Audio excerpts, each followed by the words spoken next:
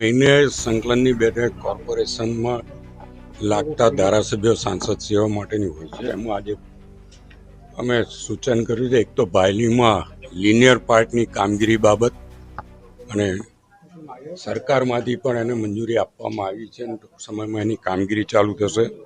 Bill બાયલી Kalali ખાતેના રસ્તાઓ ખોલવા બાબતની જે વાતો છે એની ચર્ચા કરી છે.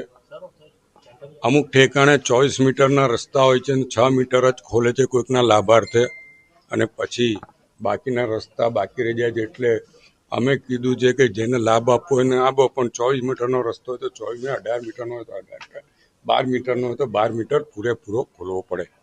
આ જ રીતે બિલ કલાલીમાં તાજા નવીન રસ્તાઓ બજેટમાં લેવામાં આવ્યા છે, પણ હજુ સુધી એની કામગીરી ચાલી નથી થઈ. બિલ બાયલી કલાલીના એ તમામ ચાલુ કરવાનું.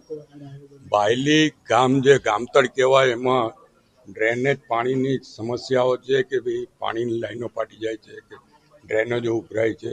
આ બાબત તમામ નવી લાઈનો નાખવા બાબતની રજૂઆત કરી છે. અને સૌથી અગત્યની બાબતોમાં છેલ્લા કેટલાક વખતથી ટીપી 3માં જે ગેરકાયદેસર બાંધકામોનું આવે છે, અમારા પૂર્વ કોર્પોરેટર વિજયભાઈ પવારે વારંવાર લેખિતમાં રજૂઆતો કરી છે, આરટીઆઈ માંગી છે.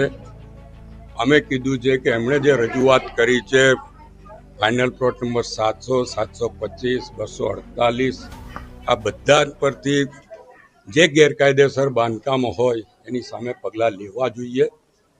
કારણ કે છેલ્લા 6-8 મહિનાથી કોર્પોરેટર કે માજી કોર્પોરેટર રજૂઆત કરતા હોય છતાં પણ એમની પર ધ્યાન આપવામાં નથી આવતું. અને વિજયભાઈ પવારે જે કામગીરી કરી છે, કેટલાક મીડિયાઓએ લીધું પણ છે, પણ એના 700 નંબરના પ્લોટમાં તો 12 લાખ રૂપિયામાં પ્લોટો વેચવામાં આવ્યા છે અને એને ઓન પેપર લખાણો પણ આપવામાં આવ્યા છે.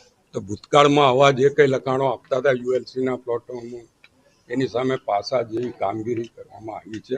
તો આવી કામગીરીમાં કેમ ના થાય એના માટે પણ રજૂઆત કરી છે. જોઈએ છે ટૂંક સમયમાં આની પર કઈ કાર્યવાહીઓ થાય છે.